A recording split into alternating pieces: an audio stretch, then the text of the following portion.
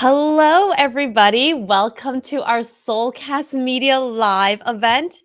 If everybody can see me and can hear me, all right, give me a thumbs up on your end, just so I can make sure everything is working. Sometimes with these tech things, you just have no idea, but I'm so glad to see folks tuning in from all over the world. And that is the beauty of having an event like this.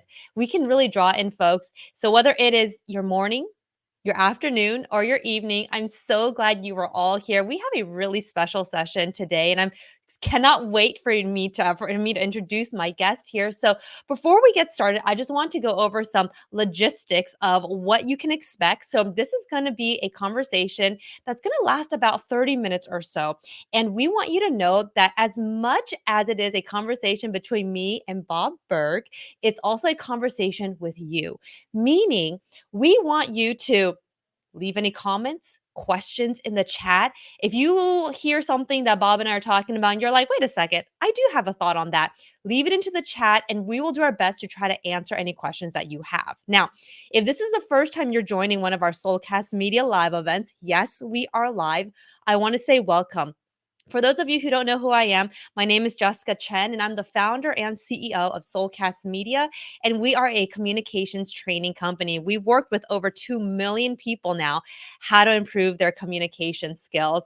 But prior to Soulcast Media, I used to be a former television journalist. So communicating and thinking about communications is something that is always top of mind. And I think it's also very timely in regards to thinking about this book and having my author on, which I'm going to introduce in just a second, because maybe you've been working now for a few years or you've been working for decades. I truly believe the message that Bob Burg has to share with the world is timeless. And it's also something that I think can help us reframe if we're perhaps feeling stressed at work, anxious, or maybe we're on the job hunt. I feel like the things that he talks about is so relevant, which is why I'm so thrilled to invite Bob Burg up here. He is the author of what is probably one of the most popular books out there, which is The Go-Giver. It's one of my favorite books, him and John David Mann. So without further ado, I'm going to invite Bob up. Welcome, Bob. Hello, Jessica. So great to be with you. Finally, I've been looking forward to this for a long time. I'm so thrilled you're here. So I know I just did a quick intro of who you are, Bob, but there's so much more I can say. But for those of you who aren't sure or who don't know, please tell folks who you are and tell us about the work that you do. Oh, I think you did a great job with the introduction. I'm actually a former broadcaster and who graduated into sales many years ago, about 40 years ago now, and really enjoyed learning about sales, especially the personal development aspect. And as I made my way along in the sales profession, if you will, I began teaching others what worked for me, which I had learned from others, of course. And from there, just began teaching it and have had a very fun career for 30 plus years. Yeah, and I know I see David here. He's talking about your latest book, Streetwise to Oh, David Saleswise. Good. He's a great guy. Yes, which we can also talk about in just a little bit. But you know what? Let's just get started, Bob. So, one of the questions that I wanted to ask you is so, for the folks who are watching, who are listening, like I said, these can be folks who you might have been working. Let us know if you've been working, for years now or you're just starting.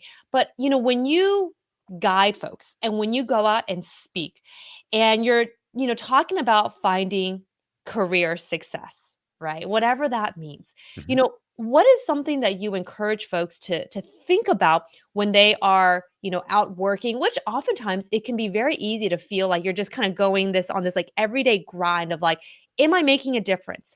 Am I making an impact? But in your mind, Bob, like how should folks think about their jobs and finding that career success? Well, I mean, I think it's very helpful when you really believe in what you do. Certainly, when you love what you do and you feel you're bringing value. As human beings, an aspect of human nature is that we want to feel as though we're part of something bigger than ourselves, that we're making a difference, that we're adding value to life. And Mhm. one of the ways we do that as entrepreneurs and salespeople, as business people, is through our jobs, through our careers. I think the big thing, Jessica, is really where you place your focus. And this is what John David Mann and I would call the premise of being a go-giver, if you will. And that is shifting your focus. And this is key. This is where it begins, shifting your focus from getting to giving. Now, when we say giving in this context, we simply mean constantly and consistently providing immense value to others, understanding that doing so is not only a more fulfilling way of conducting business, it's the most financially profitable way as well. But not for any kind of woo woo, way out there, magical, mystical type of reasons. Not at all. It's actually very rational, very logical. When you're that person who can take your focus off of yourself and instead place it on serving others, discovering what they need, what they want, what they desire, people feel good about you. Actually, they feel great about you.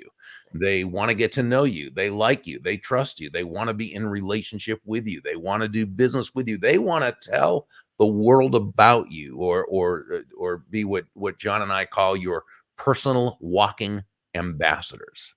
And when you build a business that way, it's a lot more fun, it's a lot less stressful, and it's a lot more profitable.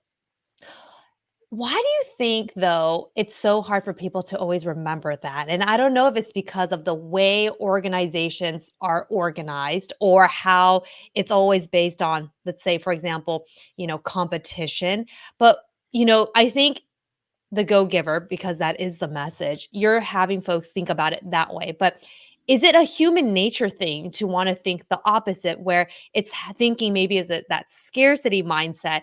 And I know for a lot of folks that we work here at Soulcast Media, a lot of times when we work with folks, they always talk about the things that they are afraid to lose, Sure. right? Why do you think that is?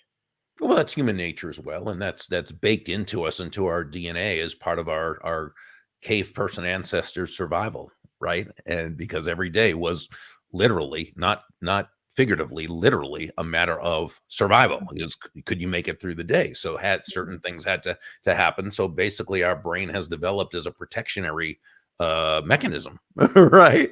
And so when everything's about protecting us, well, we live in scarcity. So that's why we need to really, in a sense, retrain our brains, because we grow up, we live life, through a set of beliefs, that through what we call our belief system, what I call our unconscious operating system. Mhm. And these are ideas that are handed to us from the world around us before we're ever old enough to be able to even think about whether these are right or wrong, productive, counterproductive, serving or non-serving, right? Yep. And so it's a combination of upbringing, environment, schooling, news media, television Mhm. shows, movies, popular culture, cultural mores. But from the time we're little more than toddlers, we have a basic belief about the world, and a lot of times it's one that's not abundance, it's Yep. lack. Okay. And so if we grow up that way and we don't know anything different, we don't know anything different, right? So that's just how we live. And that's why it's so important to be able to take the unconscious and make it conscious. Start to learn about what life really is about, that it's a big expansive universe, that there's enough Mhm. for everyone, there's plenty of prosperity. Yet what are the messages we receive from the world around us daily? These anti-prosperity, anti-business, anti-this, right? And so it's a matter of not necessarily buying into the visible, Yeah. but instead making your decision as to how you're going to live life. And fortunately, there's a whole lot of great information out there, and that is all for us to be able to to learn from.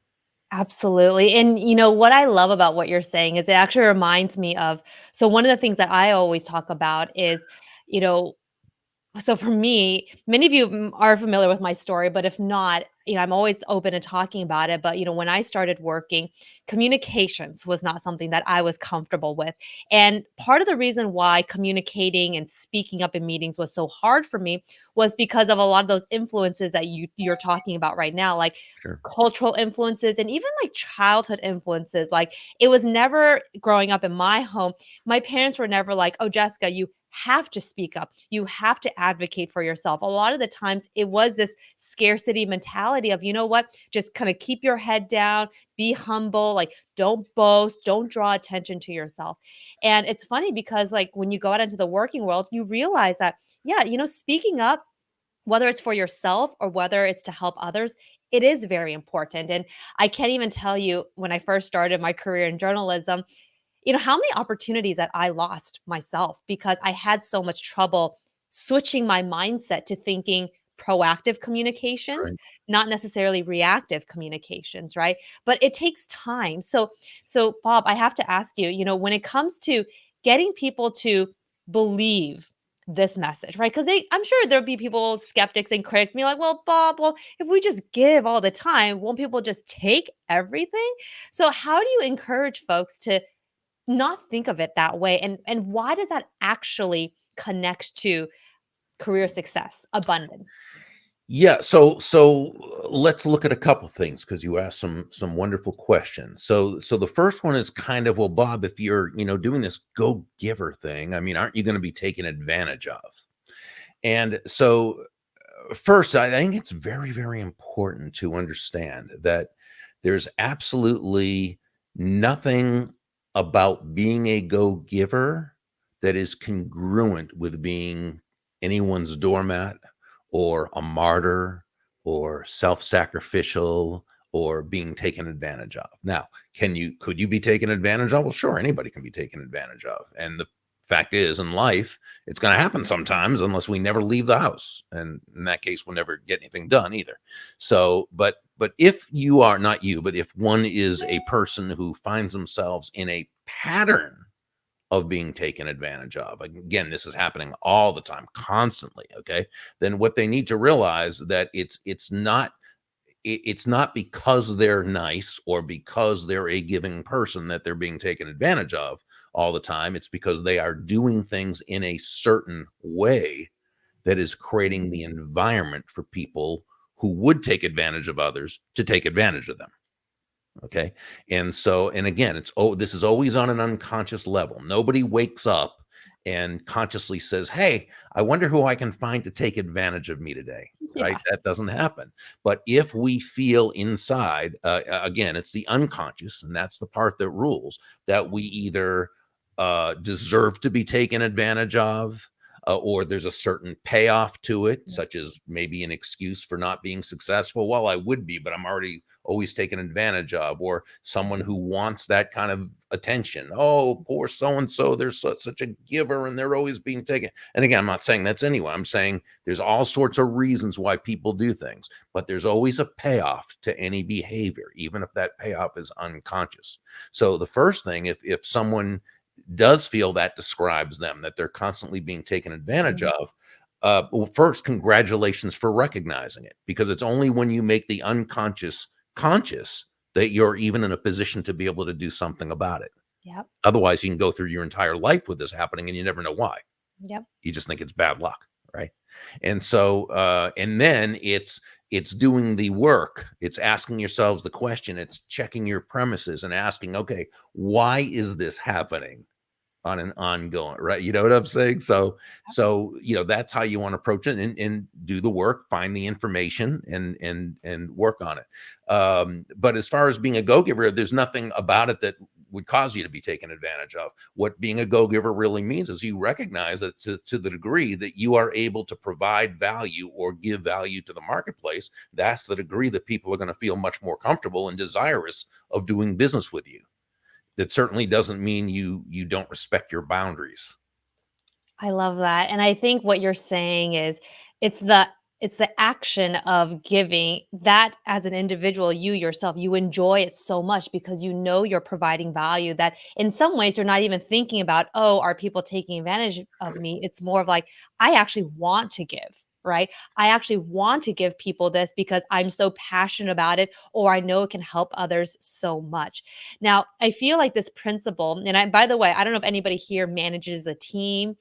Is it a small team or a big team? Let us know. But if you manage a team, how can you encourage folks on your team, whether you are in sales or anything? How can you encourage your team to also adopt this mindset? Because I imagine if everybody else on the team thinks this way, it can help elevate everybody else. What would you say about that?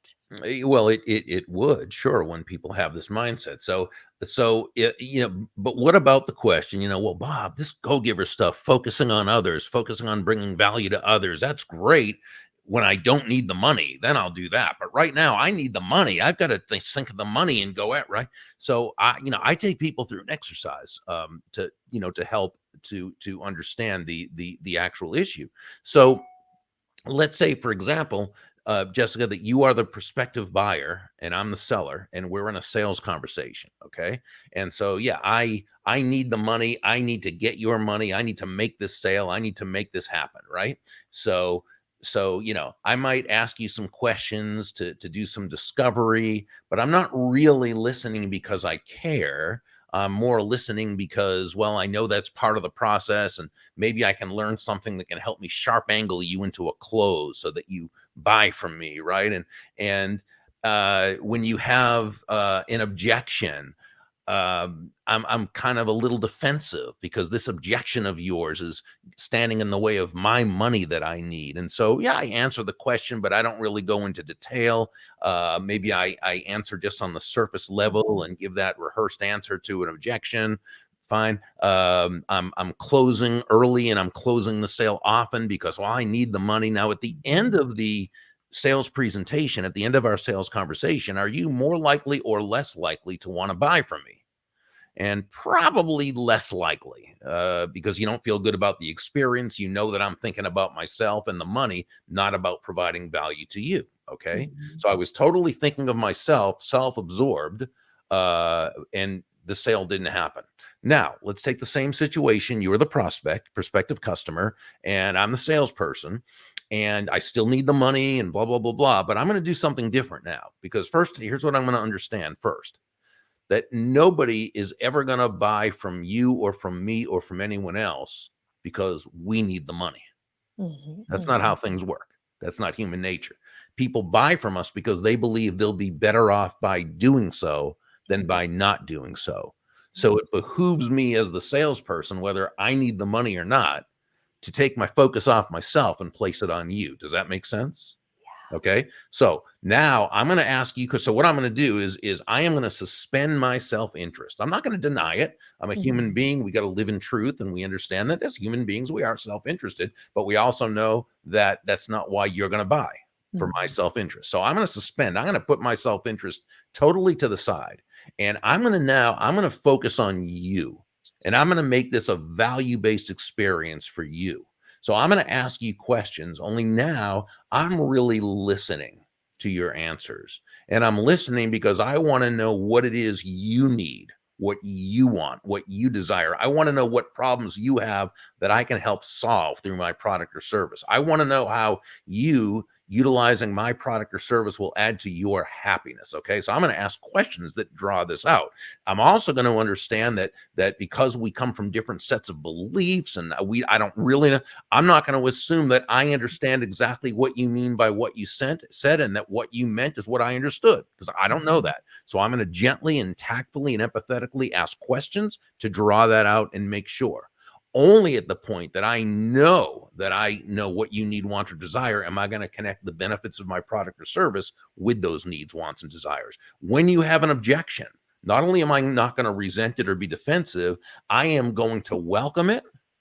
I'm going to assure you that it's a very legitimate question, and rather than just try to answer the surface objection, we're going to work together and go and discover what the actual root of the issue truly is, and then work together as partners to in order to advance the situation.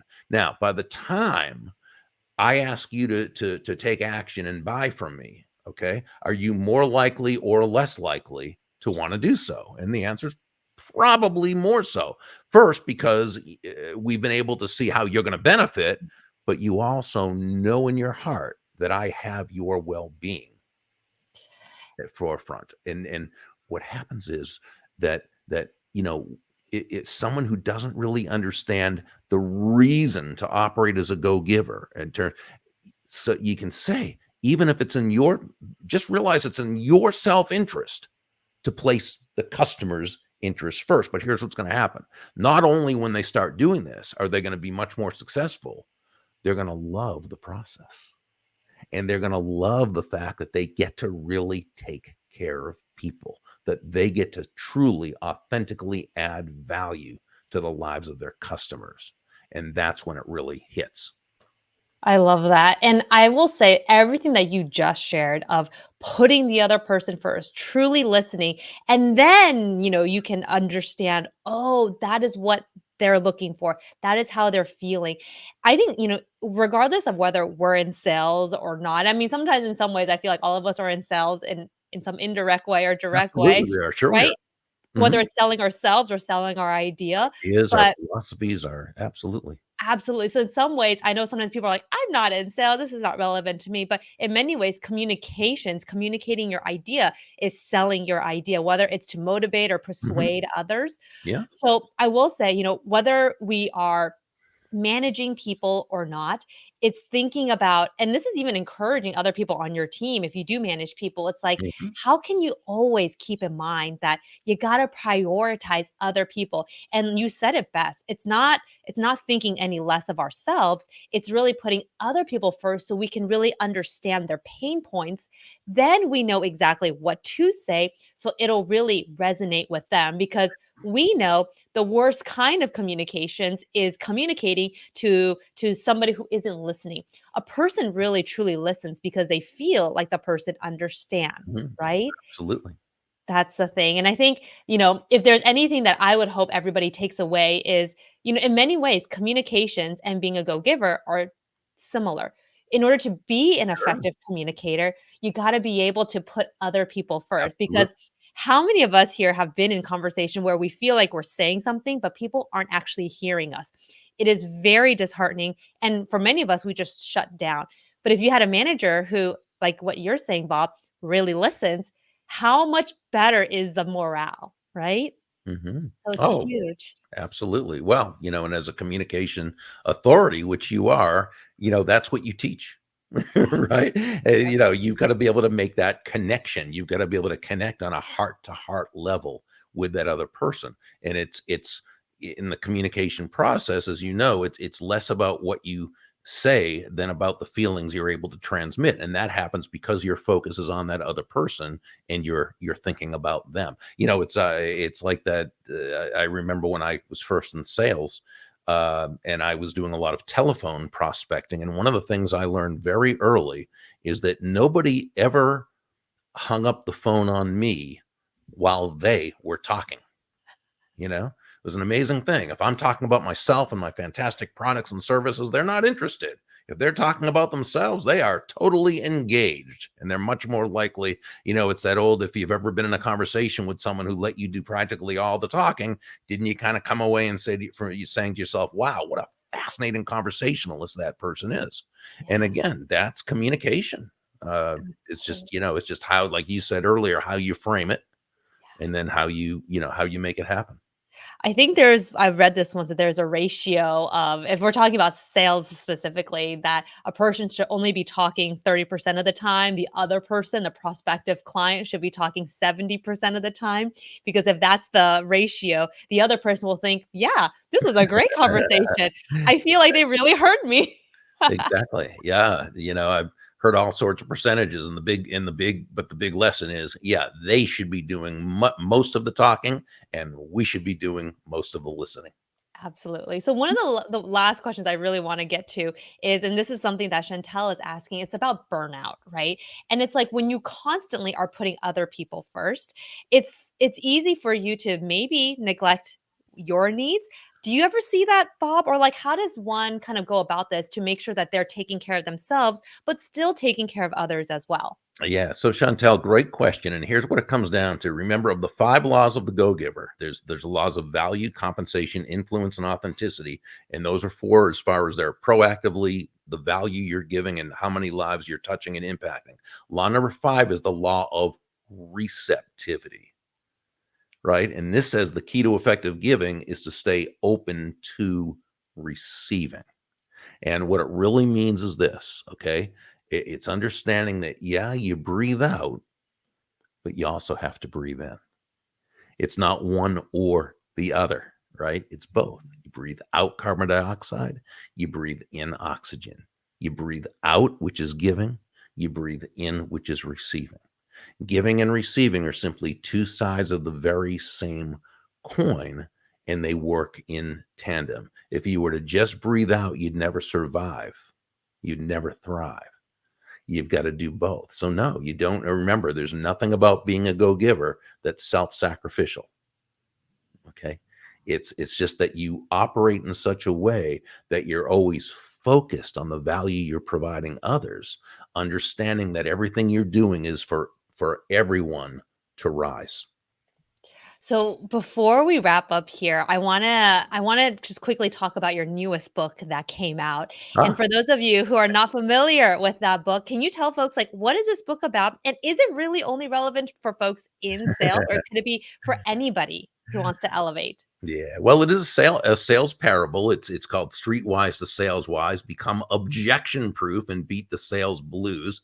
And blues kind of having a double meaning because the story is set in New Orleans, Louisiana, home of the blues. And so I co-wrote this with my great friend Jeff West. And so it's a story about a guy who's kind of a good kid, but he kind of has a big mouth, and he ends up talking himself into being fired and loses his job, and ends up getting a job in sales, which he's totally unprepared for. And it's a story of growth. And there's also a wonderful musician who he meets, a street busker who is just wonderful. And it's ostensibly about selling, the sales process, being able to work effectively within objections, but it's really a story about life, about friendship, about communication. It's about leadership, and it's about just being a good, effective human being. And people can read the first two chapters or listen to the first two chapters at streetwise to saleswise.com. I love that. And, I feel like a message like that, just a reminder of just how to be a good human being is something that we can never Mhm. hear enough of. And I'm always about learning how to be better myself, leadership, and like you said, it communications, which is what we love. Okay. So for those who want to follow you and find you, and maybe heck, maybe they have more questions for you, Bob, how can they get connected with you? Yeah, the best place to go is Burg, BURG.com.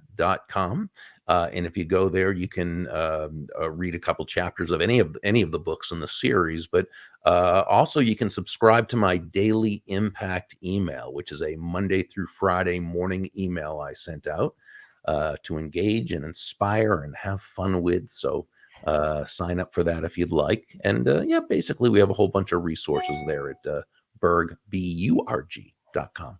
I love it. So for all of you who joined, like I said, this session was going to go by fast. It was an exciting session. Bob, I'm so grateful for you and thank you so much for being here and for sharing your knowledge with all of us. Thank So you. with that, take care everybody. And just so you all know, we host these about every other week or so. So if you want to, get in touch and learn about our upcoming events, go to our website soulcastmedia.com because that's also how we stay in contact with you too. So with that, Bob, thank you for your time and thank you everybody for tuning in. I hope you all enjoyed the session. Take care, everybody.